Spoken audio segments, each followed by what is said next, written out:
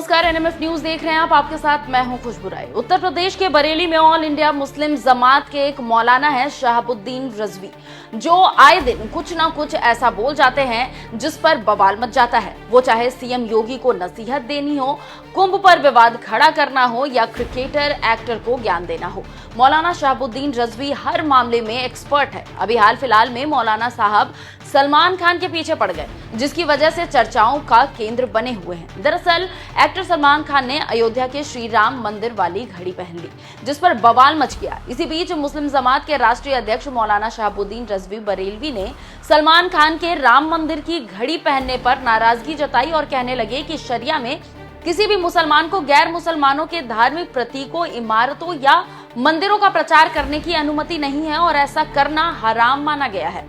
ऐसे में आज हम आपको मौलाना शहाबुद्दीन रजवी के 4 ऐसे बयानों को बताएंगे जिसने देश में नया विवाद खड़ा कर दिया। शुरुआत इस साल के अंग्रेजी नव वर्ष यानी कि 1 जनवरी पर उनके दिए गए बयान से करते हैं। बता दें कि ऑल इंडिया मुस्लिम जमात के राष्ट्रीय अध्यक्ष मौलाना शहाबुद्दीन रजवी बरेलवी ने नए साल के जश्न के खिलाफ फतवा जारी किया था और इसे शरिया कानून के अनुसार हराम बताते हुए इस्लामी सिद्धांतों के पालन पर जोर दिया था। चश्मे दारुल इफ्ता बरेली शरीफ से एक फतवा जारी किया गया है नए साल को लेकर के कि नए साल की आमद है, तो उस सिलसिले में जो जश्न मनाते हैं नौजवान लड़के और लड़कियां, उनके सिलसिले में हिदायत दी गई है। फतवे में कहा गया है कि नए साल का जश्न मनाना फख्र की बात नहीं है और न ही ये जश्न मनाया जाना चाहिए और न ही मुबारकबाद देना चाहिए, इसलिए कि ये जो जश्न है नए साल का, ये अंग्रेजी साल यानी ईसाइयों का साल शुरू होता है और नए साल का जश्न मनाना ईसाइयों का मजहबी शियार है और किसी भी गैर मजहब का मजहबी शियार को अपनाना मुसलमानों के लिए सख्त नाजायज है। नए साल पर फतवा जारी करके साल की शुरुआत में ही तहलका मचाने वाले मौलाना शहाबुद्दीन रजवी ने जनवरी 2025 के महीने में ही महाकुंभ के आयोजन वाली जगह पर सवाल उठाकर बवाल मचा दिया था। तब मौलाना शहाबुद्दीन रजवी ने कहा था कि कुंभ मेले की जहां तैयारियां की जा रही है वो जमीन 54 बीघा वक्फ की है। मुसलमानों ने बड़ा दिल दिखाते हुए कोई आपत्ति नहीं दी। मुसलमानों ने हमेशा बड़ा दिल दिखाया है और उसके सबूत दिए हैं, उसकी मिसालें भी बहुत सारी मिलेंगी।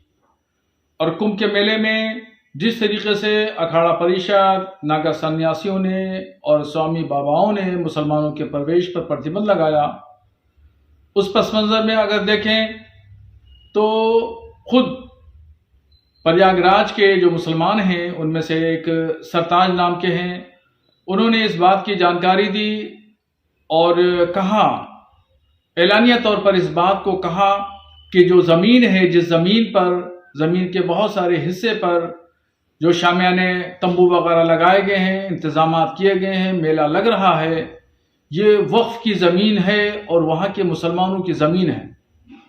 मगर दरियादिली देखिए मुसलमानों की कि मुसलमानों ने कुंभ के मेले की तैयारियां, शामियाने और पंडाल, रोड और सड़कें और खड़ंजों पर कभी मना नहीं किया कि यहाँ पे मत लगाइए।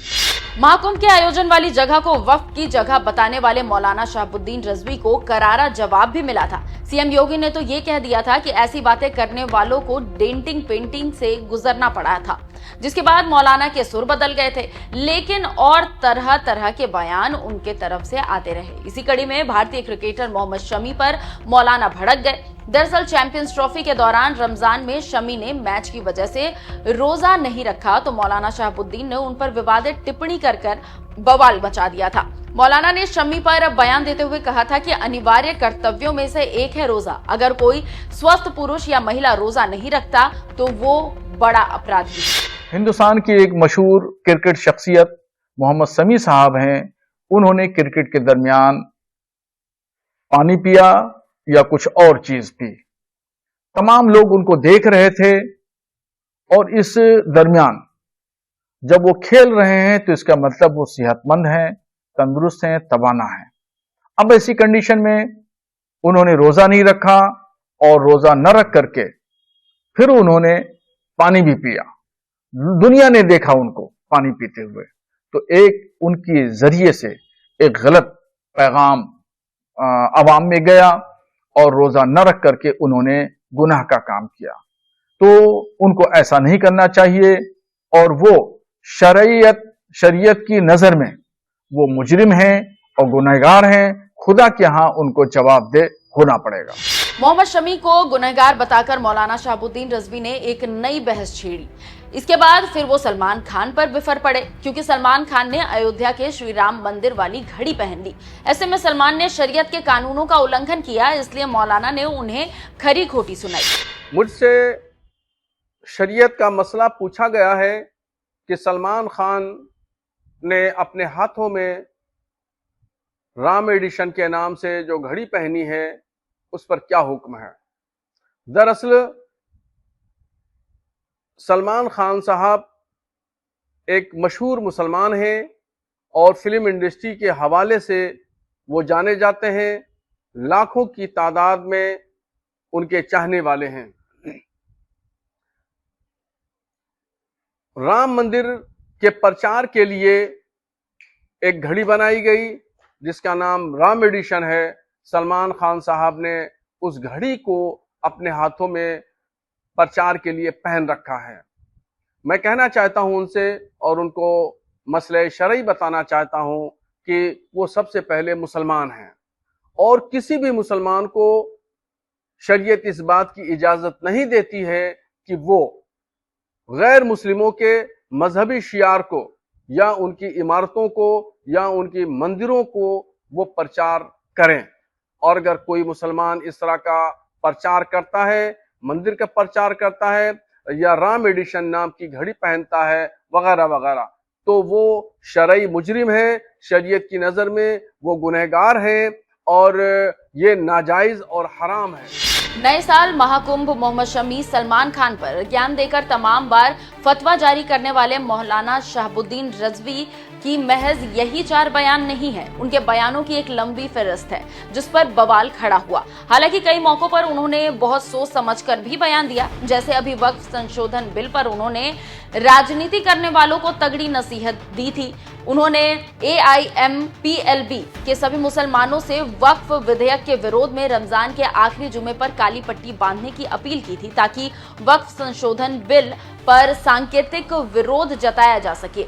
ऐसे में मौलाना शहाबुद्दीन रिजवी ने कहा कि इन धार्मिक नेताओं को समझना चाहिए कि रमजान का महीना इबादत के लिए है, राजनीति के लिए नहीं।